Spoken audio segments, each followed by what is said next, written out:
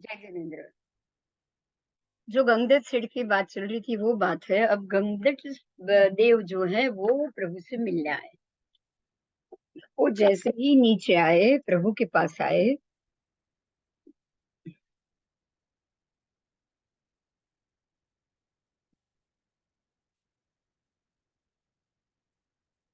और उन्होंने आकर प्रभु की परिउपासना की, प्रदक्षिणा करी, 3 और वंदन किया और पूछा कि हे प्रभु, महाशुक्र कल्प में महासामान्य विमान में उत्पन्न हुए एक माई मिथ्या दृष्टि देव है।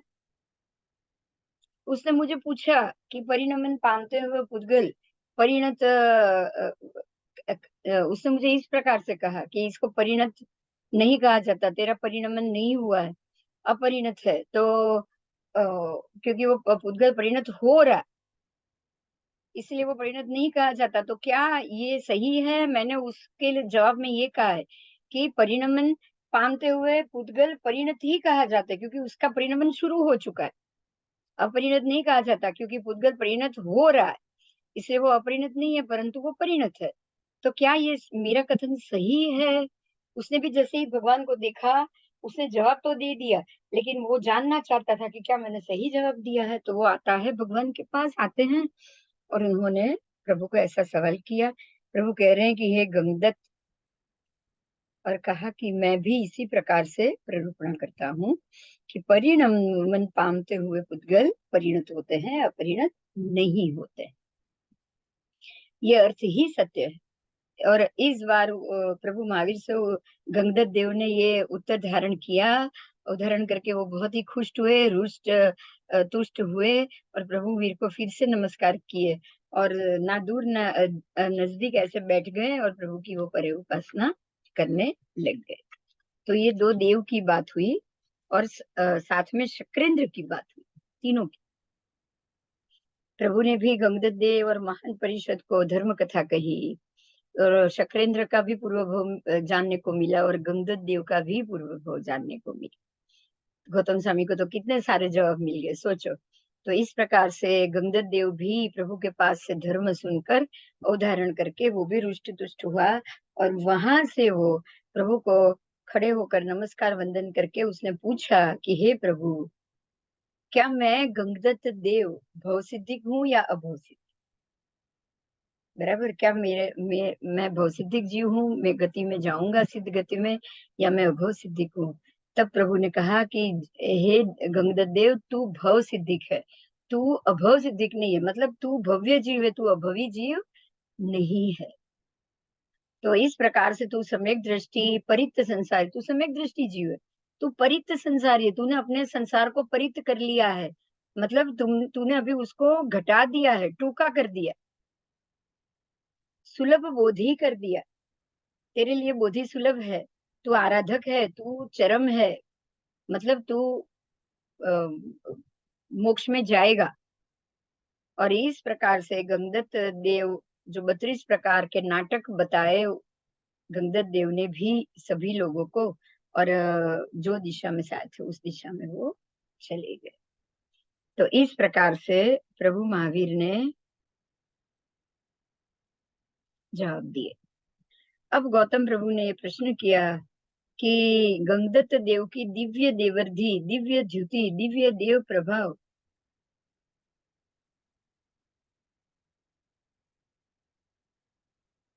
कहाँ प्रविष्ट हुए? तो प्रभु ने कहा कि वो दिव्य देवर्धि आदि गंगदत्त देव के शरीर में ही प्रविष्ट हो गया, क्योंकि वो जो उन्होंने रुद्धि लेकर वो यहाँ आए थे बताया था वो, और उनके शरीर में ही अनुप्रविष्ट हुए, उसी शरीर में से ही निकली और उसी में अनुप्रविष्ट हो गई। तो इस तरह से देव पुद्गल से ही, बाहर के पुद्गल लेकर अपनी सारी रिद्धि सिद्धि को उत्पन्न करता है और उसी को वापस वो अपने ही शरीर में डालकर उसको शरीर प्रवेश कराकर खत्म कर देता। आओ, अब उनका पूर्व भव बताया गया है, वो था गंगदत्त गाथापति का। अब प्रभु को गौतम स्वामी ने पूछा कि हे भगवान, ये गंगदत्त देव भरद्विक महासुखी है, उसको ये देव देवर्धि कैसे प्राप्त हुई? आपने उनका जो पूर्वभूत तो बताया था, मगर ये देव देवर्धि कैसे प्राप्त हुई? उनके स्वाधीन कैसे हुई? उनके सामने ये देवर्धि कैसे आई? तब प्रभु ने वो वही बात पूरी बताई कि वो ऐसे इस प्रकार से हस्तिनापुर नगर, सहस्त्राम्र वन और उसमें मुनि सूरत स्वामी की स्थिति और मुनि सूरत स्वामी का धर्मोपदेश सुनने के लिए ये गंगदत्त सेठ था, वो यहाँ वहां जाता है और प्रभु को की बात सुनता है और सुनकर उसको उस पर श्रद्धा हो गई और उसने अपने बड़े पुत्र को सब कुछ सौंप कर दीक्षा ले ली, वैरागी बन गए। बराबर। तो इस प्रकार से कैसे उसने 1 मास की संलेखना की और कैसे उसको ये मोक्ष मिला, अरे वो ये 7वें देवलोक में देव बनकर आया, ये पूरी बात प्रभु ने उनको फिर से बताई। आओ।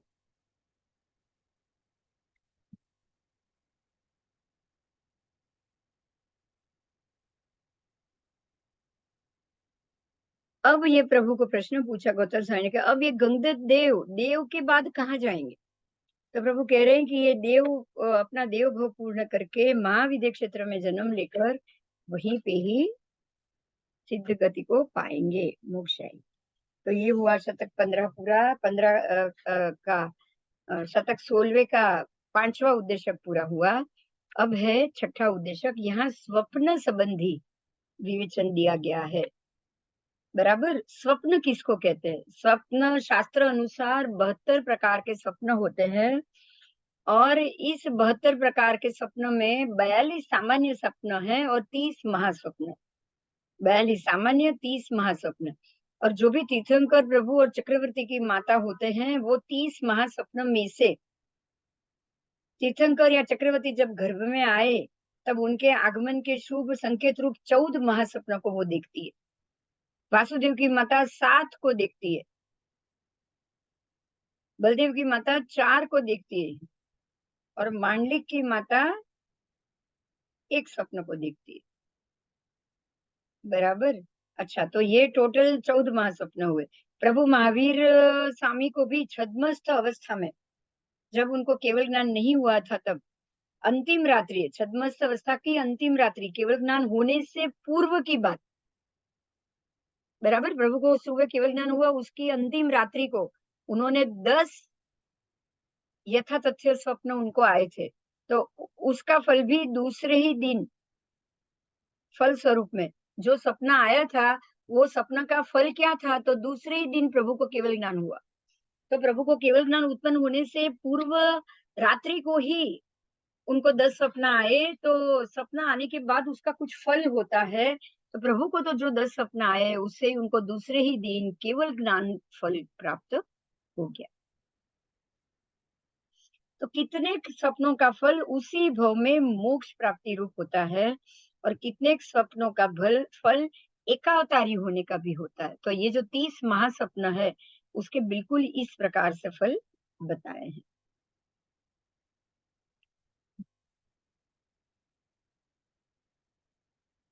ठीक है। तो स्वप्न कब आता है, कैसे आता है? निद्रावस्था वो द्रव्य निद्रा हो गई और अविरति की अवस्था वो भाव निद्रा हो गई। अगर आप अविरत हो तो आप भाव निद्रा में हो और अगर आप सो रहे हो तो आप द्रव्य निद्रा में।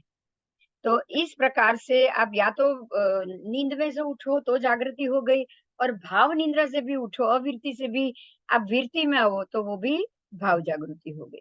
तो दोनों प्रकार की जागृति वाले जीव, उसी को ही जागृत जीव कहा गया है। बराबर। निद्रा से भी जागृत होने चाहिए और वीरति में भी के भाव में भी रहते हुए हो, वीरति के भाव हो, संयमित हो, सम्यक दर्शनी हो तो ही वो जागृत, नहीं तो वो जागृत नहीं। ठीक है। और स्वप्न के 5 प्रकार के, पूर्ण निद्रावस्था में अथवा तो पूर्ण जागृत अवस्था में स्वप्न नहीं आते हैं। बराबर। सुप्त जागृत, सुप्त जागृत यानी कि आधा सोया आधा जागृत। बराबर। अर्ध निद्रावस्था में ही कोई भी दृश्य चलचित्र की तरह आपको दिखे, उसको ही स्वप्न कहा गया है। देखिए, ये स्वप्न की व्याख्या बहुत बढ़िया है। अगर आप आधे जागे आधे सोए हो, आधे जागे हो तभी तो उसको देख पा रहे हो। पूरे सोए होते तो आप देख ही नहीं पाते। तो अर्ध जागृत में जो चलचित्र की तरह, मतलब ये पिक्चर चल रहा है और आप उसको देख रहे हो, एक के बाद एक घटना आ रही है, आप उसको देख रहे हो, तो वो जो आप देख रहे हो उसी को स्वप्न कहा गया है। पूर्ण निंद्रा में भी स्वप्न नहीं आएगा और पूर्ण जागते हुए भी आपको कोई ऐसी चीज चलचित्र से दिखाई नहीं देगी। आओ, तो आज बहुत ही बढ़िया से व्याख्या मिल गया स्वप्न किसको कहते हैं। तो अर्ध जाग्र, अर्ध निंद्रा अवस्था में अगर कोई बात आप बिल्कुल चलचित्र की तरह आपके नजरों के सामने से घूमती हुई देखो, उसको स्वप्न कहा गया है। मतलब कि आप स्वप्न देख रहे हो, स्वप्न दर्शन चल रहा है। तो स्वप्न दर्शन के कितने प्रकार, गौतम स्वामी ने प्रश्न किया, हे प्रभु, स्वप्न दर्शन के कितने प्रकार? प्रभु ने कहा है, गौतम, स्वप्न दर्शन के 5 प्रकार है। यथा तथ्य स्वप्न दर्शन, प्रतान स्वप्न दर्शन, चिंता स्वप्न दर्शन, तद विपरीत स्वप्न दर्शन और अव्यक्त स्वप्न दर्शन। स्वप्न दर्शन के ये 5 प्रकार बताए गए हैं। पांचों को हम समझेंगे। पांचों का यहाँ पर अर्थ दिया गया है, हम पांचों को डिटेल से समझेंगे। आओ, यथा तथ्य। यथा तथ्य का अर्थ हो क्या है? तो उसके भी 2 प्रकार है। यथा तथ्य, पहले स्वप्न जागृत अवस्था में जिस तरह से चलचित्र की तरह चलते हो उसको स्वप्न कहा गया है। और यथा तथ्य स्वप्न दर्शन वो है सत्य स्वप्न देखना। यथा तथ्य, जो तथ्य है उसको बराबर उसी रूप में देखना। उसके 2 प्रकार, स्वप्न में देखे हुए विषय अनुसार जागृत अवस्था में वही चीज घटित होना। आपने जो सपना में विषय देखा है वो लो, और जब आप जागृत अवस्था में आ जाओ तब वही चीज का बनना। तब आप सोचोगे, अरे मैंने तो ऐसा ही बिल्कुल सपना देखा था।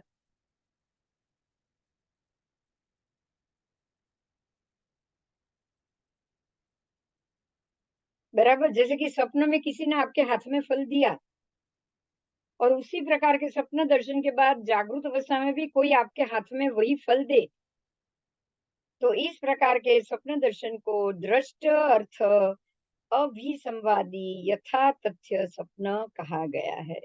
जैसा ही देखा वैसा ही आपने, वो चीज बाद में भी हुई, वही होना। सपना में आज किसी को याद किया और वही आपके सामने आए तो वो भी वही हुआ। आओ, अब स्वप्न अनुसार फल की प्राप्ति हो, स्वप्न के अनुसार अगर फल में प्राप्ति हो, जैसे कि सपने में आपने अपने आप को हाथी पर बैठे हुए देखा हो, बराबर, और जागृत होने के बाद वो सपना के फल कथन अनुसार कालांतर में उसको संपत्ति आदि की प्राप्ति हो जाए, तो वो हाथी की अंबाड़ी पर, गज की अंबाड़ी पर बैठा है, तो ये इसका फल है। अगर आप सपने में हाथी पर बैठोगे तो ये समझना कि आप पूज्य बन जाओगे, आपको बहुत ज्यादा धन मिलेगा, और एक आप नगर सेवक में हाथी की तरह अपनी स्थिति को पाओगे। तो ये उसका फल होता है। तो ये दूसरा, पहला था यथा तथ्य में, पहला जो उसका जो विभाग था वो बिल्कुल जैसा देखा वैसा ही फल मिले, और इसमें दिखा कुछ और है और फल कुछ और, उसी के संलग्न फल। जैसे देखा है उस प्रकार से, अगर गधे पे बैठे हुए हो सपनों पे, तो हो सकता है आपकी यह संपत्ति वपत्ति सब लूट जाएगी, और ये हाथी पर बैठे हो तो आपको बहुत सारी संपत्ति मिले और आप नगर सेठ बन जाओ। तो इस तरह से फल वी अविसंवादी, ये फल अविसम, वो दृष्ट अर्थ अविसंवादी यथा तथ्य था। वो पहला प्रकार था यथा तथ्य का, वो था दृष्ट अर्थ अविसंवादी यथा तथ्य स्वप्न। और ये दूसरा जो प्रकार है वो है फल अविसंवादी यथा तथ्य स्वप्न। तो दृष्ट और फल, ऐसे 2 भेद हो गए यथा तथ्य स्वप्न के। आओ, अब दूसरा है, उसका अर्थ है प्रतान। प्रतान का अर्थ है विस्तार, बिल्कुल विस्तार वाला स्वप्न दर्शन। प्रतान स्वप्न दर्शन कहा जाता है। और इस प्रकार का स्वप्न प्रतान विस्तृत लंबा लंबा लंबा लंबा लंबा चलता जाता है, बहुत लंबा चलता है। ये स्वप्न दर्शन ऐसे नहीं 2-5 मिनट का, बहुत ही लंबा चलता होता है। बराबर, वो उसमें सत्य भी होता है, कभी कभी, कभी कभी असत्य भी होता है। तो जो लंबा लंबा प्रस्थान वाला सपना है वो कभी सच भी होता है, कभी वो गलत भी होता है। आओ, चिंता स्वप्न दर्शन। जागृत अवस्था में जो चीज की चिंतन किया है उसी विषय को स्वप्न में देखना, उसको चिंता स्वप्न दर्शन कहा गया। बराबर, जागृत अवस्था में अगर कोई वस्तु का चिंतन किया आपने, उसी को आपने सपने में देख लिया, तो वो हो गया चिंता, चिंता या चिंतन स्वप्न दर्शन। પછી तद्विपरीय यानी कि तद विपरीत स्वप्न दर्शन। सपना में देख जो वस्तु आपने देखी है उससे विपरीत वस्तु की प्राप्ति होना, देखा कुछ और मिल कुछ रहा है, उसको तद विपरीत स्वप्न दर्शन कहा गया है। जैसे कि सपना में अपने शरीर को रोगी होता हुआ देखो, अपने शरीर के टुकड़े होते हुए देखो, मांस के कोई टुकड़े देख रहा है, ऐसा देखो। और जा तो अगर ऐसा देखा हो, परंतु जागृत अवस्था में शरीर की पूर्ण स्वस्थता प्राप्त हो जाए, मतलब कि सपना में आपके शरीर को आप रोगी होते हुए देखो, मरते हुए देखो, पर जागृत में आप बिल्कुल पूर्ण स्वस्थ, बाद में सपने के फल स्वरूप में आप बिल्कुल स्वस्थ हो जाओ, तो ये तद विपरीत हो गया, जो देखा उससे ये विपरीत। उसके बाद अव्यक्त दंसने, अव्यक्त स्वप्न दर्शन। अव्यक्त, आप उसको व्यक्त ना कर पाओ, उसके दो भेद है। सपना में जो चीज आपने वस्तु देखी है उसका अस्पष्ट ज्ञान होना, अस्पष्ट, बाकी का चिल्ला चिल्ला उछड़ी का ही कुछ याद रहना, वो भी अस्पष्ट, अव्यक्त।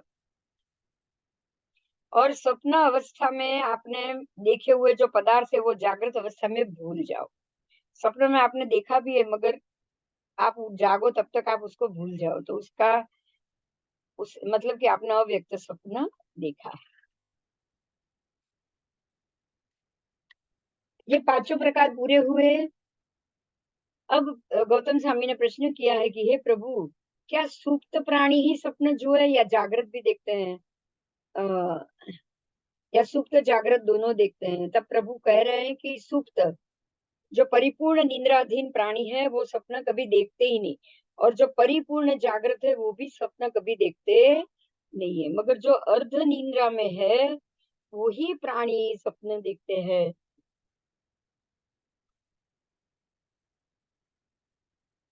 क्या जीव सुप्त है या जागृत है, या जागृत है और सुप्त है? प्रभु कह रहे हैं जीव सुप्त भी है, जीव जागृत भी है, और जीव सुप्त जागृत दोनों भी है। प्रश्न को किया क्या प्रभु को, हे प्रभु, नारकी क्या सुप्त है, जागृत है या सुप्त जागृत?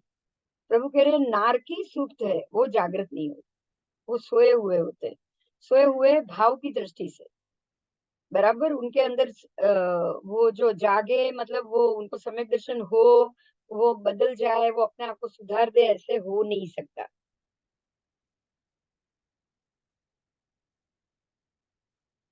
तो वो सुप्त होते हैं, नहीं जागृत है नहीं सुप्त जागृत। चौरिंद्रिय जीव तक सारे के सारे सोए हुए, क्यों? क्योंकि उनको सम्यक दर्शन नहीं। जिनको सम्यक दर्शन नहीं है वो सारे सोए हुए। अब नारकी के जीव जिनको नहीं है उनको नारकी में तो सम्यक दर्शन होने वाला नहीं, जिनको है वो है सम्यक दर्शन, लेकिन वो भी कैसा सम्यक दर्शन, चला गया हुआ, उसको चला गया था, यहाँ नारकी में आने से पहले ही चला गया था। तो चला गया हुआ सम्यक दर्शन अगर वापस आएगा तो भी वो कुछ कर नहीं पाएंगे, वहां अवस्था ही ऐसी है कि वो कुछ कर नहीं पाते। और बाकी के जो तिर्यंच गति के से लेकर चौरिंद्रिय तक, अब चौरिंद्रिय तक तिर्यंच गति हो या तिर्यंच ही आएगी सारे चौरिंद्रिय जीवों में, तो तिर्यंच गति जो चौरिंद्रिय तक है, जिनके अंदर पंचेंद्रिय ना होने के कारण संज्ञा बुद्धि नहीं है, पंचेंद्रिय नहीं है, इस कारण उनमें संज्ञा बुद्धि नहीं है। तो संज्ञा बुद्धि ना होने के कारण ऐसे जीवों के अंदर क्या नहीं होगा? ऐसे जीवों को सम्यक दर्शन होना मुश्किल है, बराबर। अगर सम्यक दर्शन ही नहीं है तो कहाँ से वो मोक्ष जा पाएंगे? बताओ आप, मोक्ष की साधना क्या वो कर पाएंगे? सम्यक दर्शन ही नहीं है। तो ऐसे तिर्यंच जिनके अंदर अभी मति श्रुत ज्ञान की कोई संभावना नहीं है, जो अभी अपने आप को पांचों इंद्रिय द्वारा जो बुद्धि उत्पन्न होती है उसका उपयोग ही नहीं कर पा रहे हैं। अगर वो उपयोग ही नहीं कर पा रहे हैं तो वो सम्यक दर्शनी भी नहीं हुए, और वो अभी मोक्ष भी जा नहीं सकेंगे, बराबर। तो अभी वो मोक्ष धारक नहीं हो पाएंगे। सम्यक दर्शनी नहीं है तो सम्यक दर्शनी भी नहीं बन पाओगे, क्योंकि चार ही इंद्रिय है। तो ये चार इंद्रिय होने के कारण उनको भी सोया हुआ ही माना है, वो द्रव्य निद्रा में। अब रही बात पंचेंद्रिय की, तो पंचेंद्रिय जीव, तिर्यंच पंचेंद्रिय हो या मनुष्य पंचेंद्रिय हो, ये दोनों की ही बात, बराबर। तो वो सुप्त जागृत, कोई कोई सुप्त होंगे कोई जागृत होंगे, लेकिन जिनके अंदर सम्यक दर्शन है वो सुप्त जागृत दोनों है, अर्ध सुप्त अर्ध जागृत।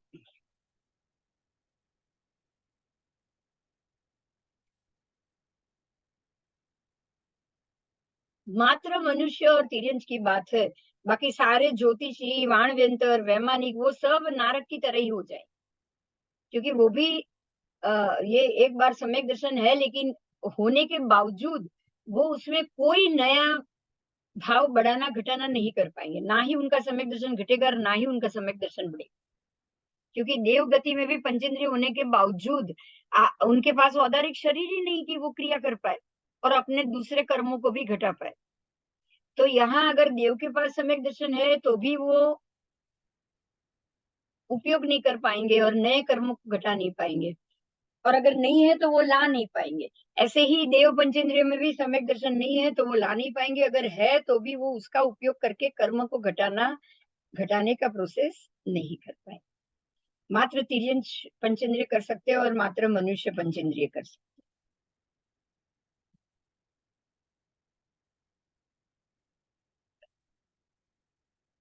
बराबर। तो चौरिंद्रिय तक नहीं, नारकी तक नहीं, और वैमानिक, असुर कुमार, ज्योतिष वाणवंतर भी नहीं, इनमें से कोई नहीं।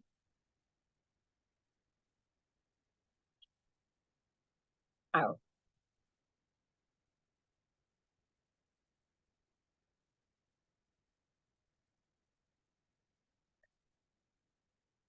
सुप्त और जागृत यह द्रव्य और भाव दोनों से बताएं। द्रव्य से मतलब सो रहा है सोता हुआ व्यक्ति, और जागता हुआ व्यक्ति द्रव्य से, लेकिन भाव से कैसे? तो निद्राधीन होना, पर भाव से निद्राधीन होना, यानी कि इन अंदर सम्यक दर्शन की कमी और उससे कारण कोई भी कर्म क्षय की कमी, तो वो भाव से निद्राधीन हो गई। वीरति रहित अवस्था वो भाव से निद्राधीन, और वीरति सहित अवस्था, सम्यक दर्शन सहित अवस्था, कर्म घटाने की स्थिति की अवस्था, वो हो गए भाव से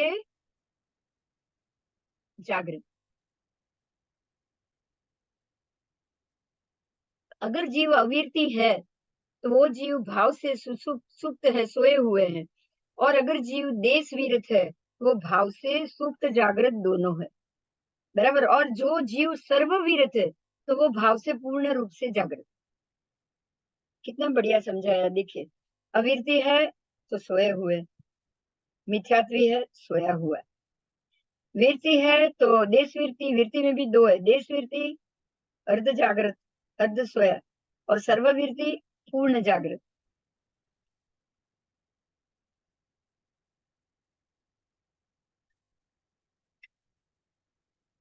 तो अब आ गया, अब आपके पास दो चीज आ गई, एक समृद्ध जीव और एक असमृद्ध जीव, अवीरती जीव और वीरती वाला जीव। तब उसके अंदर ये भेद देखेंगे। समृद्ध जीव सपना देखता है, असमृद्ध जीव स्वप्न देखता है। समृद्ध भी सपना देखेगा, असमृद्ध भी सपना देखेगा, क्योंकि समृद्ध असमृद्ध जीव सपना देखते हैं। कौन देखते हैं? ये प्रभु को प्रश्न किया गया। प्रभु कह रहे हैं कि समृद्ध जीव भी सपने देखते हैं, असमृद्ध जीव भी सपना देखते हैं, और समृद्ध असमृद्ध दोनों जीव भी सपना देखते हैं। समृद्ध जीव जो सपना देखते हैं वो यथा तथ्य होता है, क्योंकि समृद्ध जीव समकिति है, तो उसको तो जो जैसा सपना होगा वैसा ही यथा तथ्य उसका फल मिलेगा। असमृद्ध जीव जो सपना देखते हैं वो सत्य भी हो सकते हैं, असत्य भी हो सकते हैं, क्योंकि खुद ही अविरत है। और समृद्ध असमृद्ध जीव, जो मिश्र दृष्टि जीव है, जो सपना देखता है वो असमृद्ध के समान सत्य और असत्य दोनों प्रकार के होते हैं। असमृद्ध जैसे ही है, वो सत्य भी हो सकता है और कभी गलत भी हो, झूठ भी हो सकता है।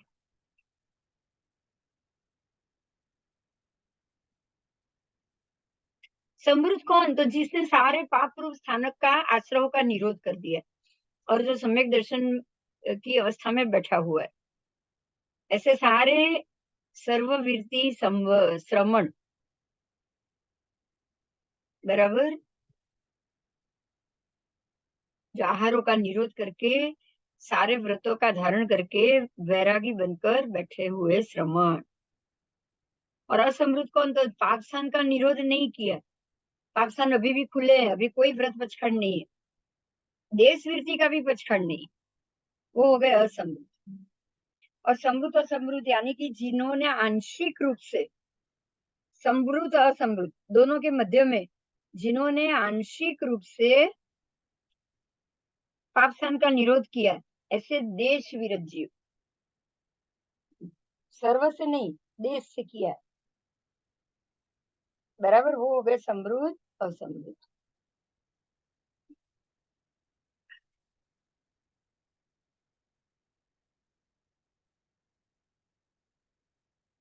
समृद्ध और जागृत में शाब्दिक अंतर है, अर्थ की अपेक्षा से वो समान, बोध की अपेक्षा से सर्ववीरती युक्त मुनि जागृत है, उसी मुनि सर्ववीरती अपेक्षा से समृद्ध कहा गया है। इस प्रकार असमृद्ध और अविरत में, समृद्ध असमृद्ध और वीरता विरत में भी अर्थ की दृष्टि से कोई अंतर नहीं है।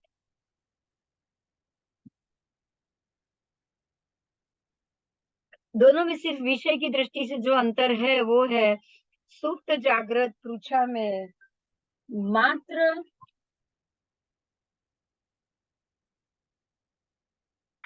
हाँ बोलो।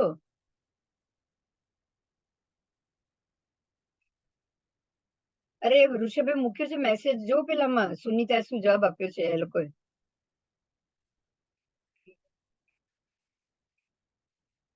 હા તો ચલો ને પૂછું, પૂછીને કહું તમને. હા હા હા હા.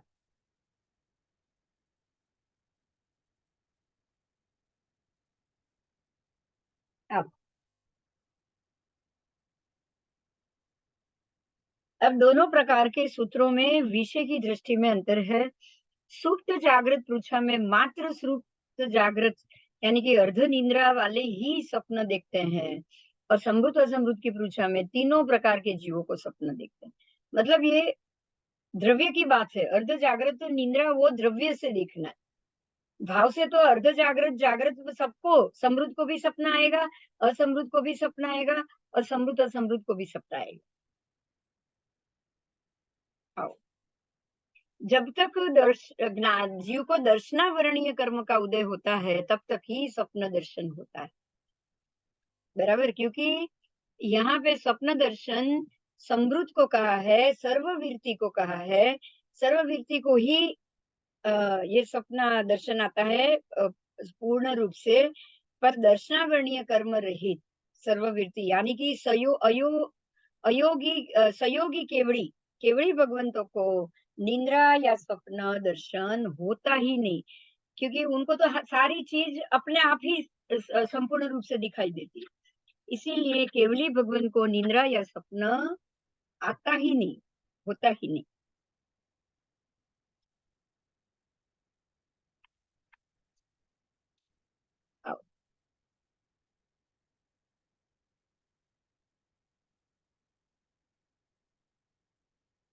इसीलिए अब प्रभु ने ये कह दिया है कि इसको सपना आता है। जीव कैसे हैं? जीव समृद्ध भी है, जीव असमृद्ध भी है, और जीव समृद्ध असमृद्ध भी है। बराबर। आओ।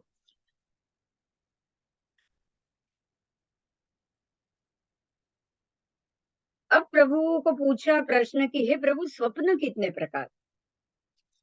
किसको स्वप्न आता है वो पहले पूछ लिया है।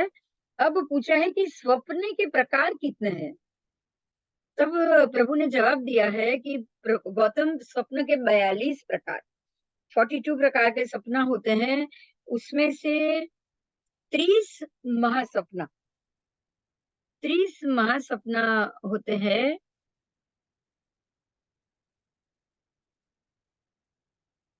42 में से 30 महासपना, और 42 में से ही, सॉरी, स्वप्न के कुल, फिर से थोड़ा मैं फिर से कह रही हूँ, स्वप्न के 42 प्रकार, तो वो 42 के 42 महासपना हो गए। उसमें से 30 अलग बताया आगे, और बाकी के 14 अलग बताए। 42 में से 30 महासपना है, इसके अंदर ही 14 परमात्मा तीर्थंकर परमात्मा की माता को आने वाले सपने। मगर कुल सर्व सपना कितने हैं? तो महासपना और सामान्य सपना दोनों मिलाकर 72 होते हैं। सर्व मिलाकर स्वप्न के भेद है 72, 72 प्रकार। और 72 प्रकार में से 42 को अलग किया है, 30 को अलग किया है। 72 में से 30 है सामान्य महास्वप्न, और 42 है वो सामान्य स्वप्न।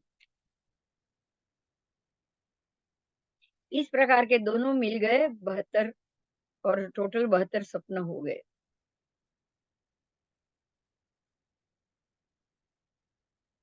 तीर्थंकर का जीव जब गर्भ में आता है, तब उत्तम पुरुष की माता को 14 महास्वप्न आता है, और 14 महास्वप्न देखकर माता जागृत होती है। तो वो महास्वप्न 30 महास्वप्नों में से 14 आएगा। जो 30 महास्वप्न होता है उसमें से 14 महास्वप्न, जैसे कि पहले गजवर, दूसरे पहले गजवर दीठो, बीजे वृषभ पैठो, तो जो वो है वो 14 महास्वप्न तीर्थंकर की माता देखकर जागृत होती है। चक्रवर्ती की माता जब गर्भ में आता है, चक्रवर्ती का जीव, तब वो 14वें से ही 7 महास्वप्न, वो 7 महास्वप्न देखकर जागृत होते हैं।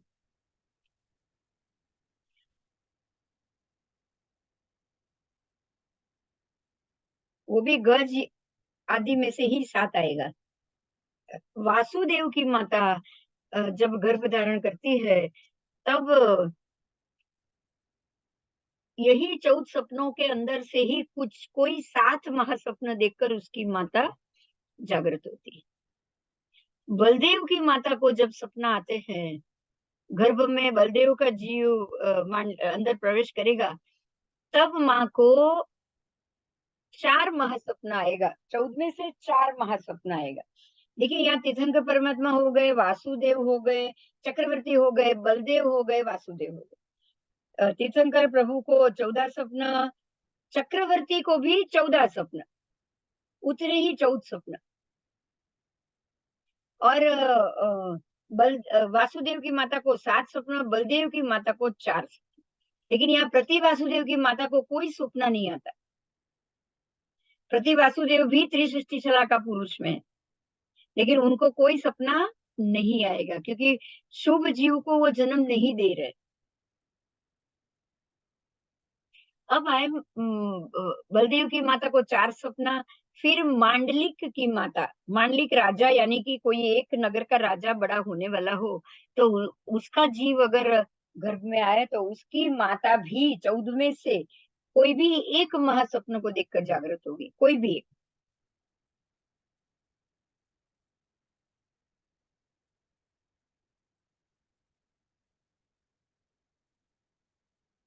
तो यहाँ ये बताया गया है कि ये स्वप्न महान फल जो 14 हुए है, जो महास्वप्न है, उसका फल विशेष क्यों है? क्योंकि उसका फल ही विशेष और विलक्षण है, अलग है। माता के गर्भ में बालक जीव प्रवेश करेगा, तो तभी वो जीव के लक्षण के अनुरूप ही वो विशिष्ट फल को देखेगी। इसलिए इसका फल बहुत विशिष्ट है। और जो 14 सपना यहाँ बताया है वो इस प्रकार से है। गज वृषभ, दूसरा वृषभ, तीसरा केसरी सिंह, चौथा अभिषेक की हुई लक्ष्मी माता, पांचवें है 2 फूल की मालाएं, छठा है चंद्रबिंब, सातवां है सूर्यबिंब, आठवां है ध्वजा, नौवां है कुंभ, 10वां है पद्म सरोवर, 11वां है क्षीर समुद्र, 12वां है देव विमान, 13वां है रत्न का ढगला और 14वां है अग्नि शिखा। जब भी तीर्थंकर या चक्रवर्ती का जीव नरक में से निकल कर आएगा, देखिए स्वर्ग में से आएगा तब वो क्या देखेगी, नरक में से आएगा तब वो क्या देगी। जब भी नरक में से वो जीव निकल कर आएगा तब वो माता 12वें स्वप्न में भवन देखती है। अगर नरक से आ रहा है तो भवन, क्योंकि नरक में भवन होता है, भवनपति और उसके बाद भवन होते हैं। मगर जो अगर जीव देवलोक से आ रहा है तो वो विमान देखते हैं। ये भुवन और वो विमान, अगर देवलोक से आ रहा है तो विमान से चवित हो रहा है, और नरक से आ रहा है तो भवन से चवित हो रहा है। बराबर। नरक की कुंभी को यहाँ भवन कहा गया है।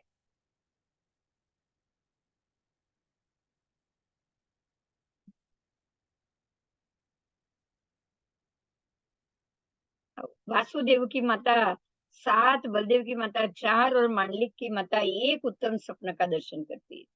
तीर्थंकर की माता अत्यंत स्पष्ट 14 सपना देखती है, और चक्रवर्ती की माता का थोड़े अस्पष्ट झांखे ऐसे यही 14 सपनों को देखती है। इस प्रकार से आपके यहाँ 30 महासपनों का उल्लेख हो गया। अब जो प्रभु महावीर ने जो 10 सपना देखे हैं, वो 10 स्वप्न और 10 स्वप्न के फल, वो दोनों हम कल के एपिसोड में लेंगे, क्योंकि आज तो ये पूरा हो नहीं पाएगा। 10 स्वप्न देखो, प्रभु जागृत हुए और 10 स्वप्न के अनुपम अर्थ, बराबर 10 के अनुपम अर्थ है, तो वो सब हम कल देखेंगे। और ये सपना के कारण उनको क्या मिला है, और बाकी क्या क्या सपना होता है जिसके अच्छा फल मिलता है, ये सब चीज हम कल के लेक्चर। ठीक है, तो आज जय जिनेन्द्र, कल फिर मिलेंगे। जय जी।